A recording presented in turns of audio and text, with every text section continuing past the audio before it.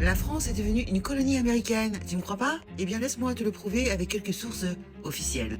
On va parler de la French American Foundation. Bon, si vous connaissez pas, c'est tout à fait normal, parce que c'est hyper niche. Il faut savoir que ça a été créé en 1976 afin de renforcer officiellement, évidemment, les relations entre la France et les États-Unis. Mais ce qui nous intéresse le plus particulièrement, c'est le programme Global Young Leader. C'est un programme qui sélectionne 30 personnes par an, donc des Américains et des Français de 30 à 40 ans, et qui sont déjà des boss dans leur domaine. Ce que j'entends par là, c'est que c'est des gars qui sont dans les médias, la politique, le business et même l'armée.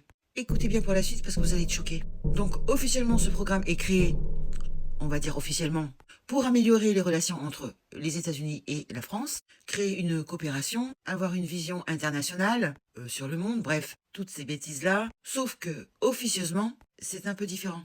D'autant plus lorsque l'on sait que ce programme est sponsorisé par la CIA.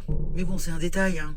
Parce que de mon point de vue, c'est littéralement un programme, ou plutôt une organisation, qui crée les leaders français de demain, afin de leur donner pouvoir, argent, contre la revente de notre pays pour les intérêts américains. Vous avez remarqué ce qui s'est passé depuis 2014?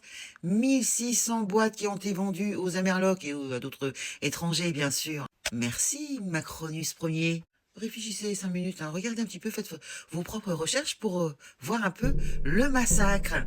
Je répète, depuis 2014, 1600 entreprises françaises, des fleurons, ont été vendues aux Amerlocs pour un montant total de 178,4 milliards de dollars.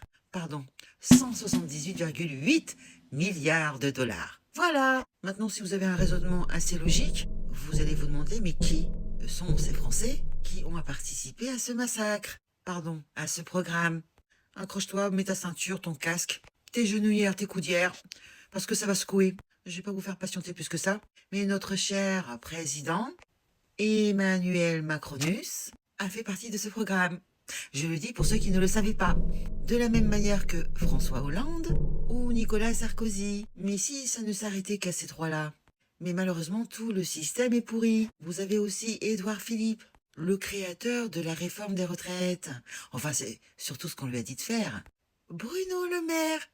Ça fait combien? Un hectare, Bruno Le Maire?